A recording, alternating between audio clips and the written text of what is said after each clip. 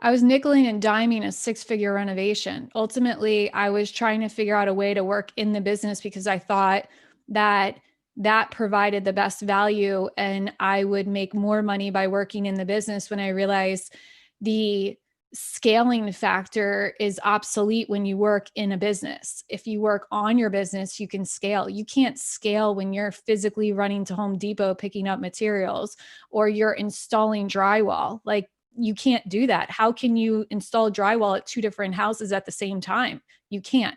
So once I learned the entire process, and if people haven't read this book, E-Myth is an incredible book that talks about the entire process and identifying responsible people for each part of the process, and figuring out what things can happen in parallel, what things are dependent upon a prerequisite.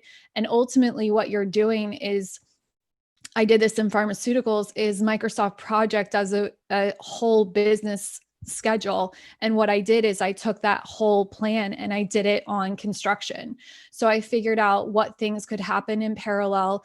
And I also figured out that my time was worth more than what I was saving by doing the physical work. So, a lot of people discount my story and my background at two critical things that I say, which I think they lose out on by tuning out. The first is that I partnered with my dad, who's a general contractor, and they think, oh, you're so lucky. You have a built in partner. Of course, you're going to do well.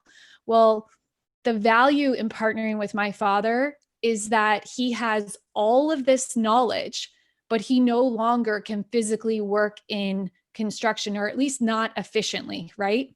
So if you're looking for someone to partner and you don't have construction knowledge, you should look for someone who's maybe wants to retire, but they have all this knowledge that they can really streamline your business and help you out and explain things, and you can learn so quickly. For example, my dad was educating inspectors literally on the history of codes. I mean, that's the kind of knowledge my dad has, because we targeted these older homes because he had such a knowledge base on historic codes, and we could target these homes, improve these homes without having hiccups that other flippers going into that space are going to have, because they don't know code history. And then that's one part of the story. And then the second part of the story is when it comes to capital. They think, oh, she was married to a professional athlete, so capital is not an issue. Capital is always an issue for everyone. You always run out of your own money to invest.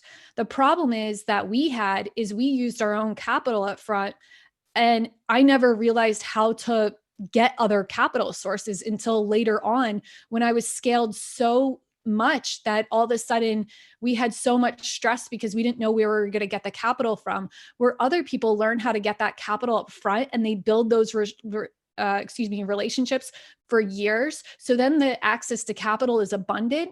We were starting years later and we didn't have access to capital. So I really think that there are a lot of things that I did that, when I was working in the business, I couldn't see those challenges that were on the periphery. And ultimately what I did is I just would go and I'd work, and then I just look at the next day, and I look at the next day instead of look at the entire process. At the end of the day, we're real estate investors because we want to own a business. We don't want to work in the business. I mean, the reason why you all made time today is because you're not someone who wants to hear someone just tell you what to do. You want to be an entrepreneur and learn how to do it. So you take the first step of attending meetings like this and starting your own flip or starting your own burr, whatever that case may be. But because that's our greatest strength, it then becomes our greatest weakness, where we don't want to rely on other people to help us get to the next level. But ultimately that's going to be your, shortfall if you aren't able to do that. So you have to learn how to transition from being an entrepreneur to a leader. An entrepreneur is someone who can just come up with new business ideas all day long and execute on those business ideas, but they aren't leading people to anything.